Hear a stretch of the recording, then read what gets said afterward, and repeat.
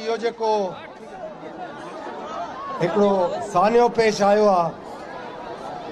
ऐं एतिरा हुर जमायत जा नौजवान शहीद थिया उन जे अफ़सोस ते ऐं कुल ते असां सभु जाइ ते विया हाणे खिपरे में उते वञिणो आहे असां बि कुल शरीफ़ पढ़े ऐं उन्हनि जे लाइ कुल बख़्शियूं बिस्मिल्लाह अल्हम्दुलिल्लाह रब्बिल आलमीन।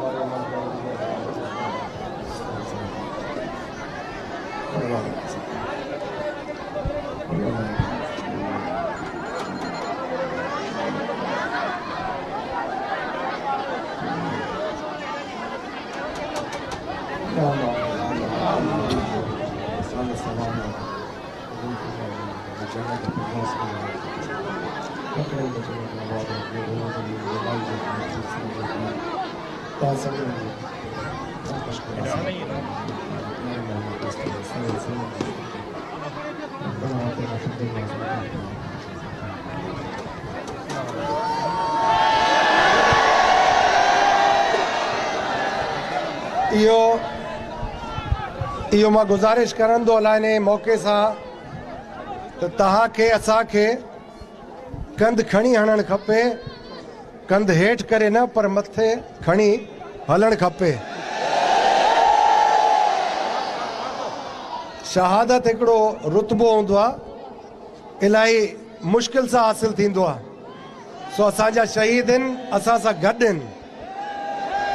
ऐं इहो ज़हन में रखो त इहा रोज़ेधणी जी जमायत आहे 8 पीढ़ियूं गुज़ारे वई आहे रूहानियत जो रिश्तो आहे कंध पंहिंजा कपाईंदा पर झुकंदा न इहो यादि कजो।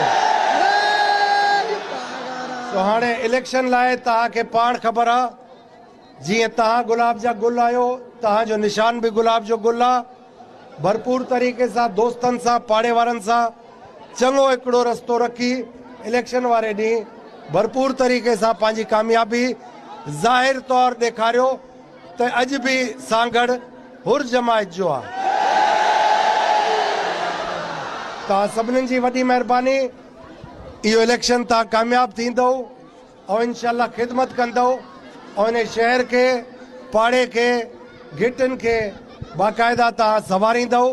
ऐं तव्हांजी तारीफ़ हुजणु खपे। तव्हांजी वॾी महिरबानी। इंशाअल्लाह हिकिड़ी ॻाल्हि यादि रखिजो त हिकिड़ी मौत हूंदी आहे बीमारी जी हिकिड़ी मौत हूंदी आहे एक्सीडेंट जी हिकिड़ी मौत हूंदी आहे शहादत जी सो शहादत वारी बहितर आहे बनिस्बत उहे मरण जे।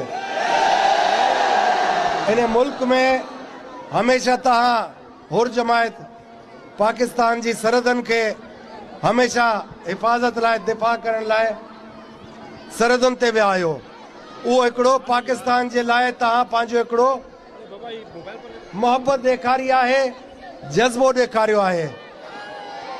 हिकिड़ी ॻाल्हि ज़हन में वरी बि रखो त तव्हां हुर जमायत आहियो तव्हांजे बुज़ुर्गनि रत कुर्बानियूं ॾिनियूं आहिनि इन मुल्क खे हासिल करण लाइ सभ खां वधीक हक़ तव्हांजो इन मुल्क जे मथां तव्हांजो मुल्क आहे इहो सो इन मुल्क खे पाकिस्तान के कायम दायम रखण में भी तव्हांजो वॾो किरदार हूंदो आईंदा भी। पाकिस्तान जिंदाबाद जो हिकिड़ो नारो पाकिस्तान जिंदाबाद तव्हां सभु भी जिंदाबाद। तव्हांजी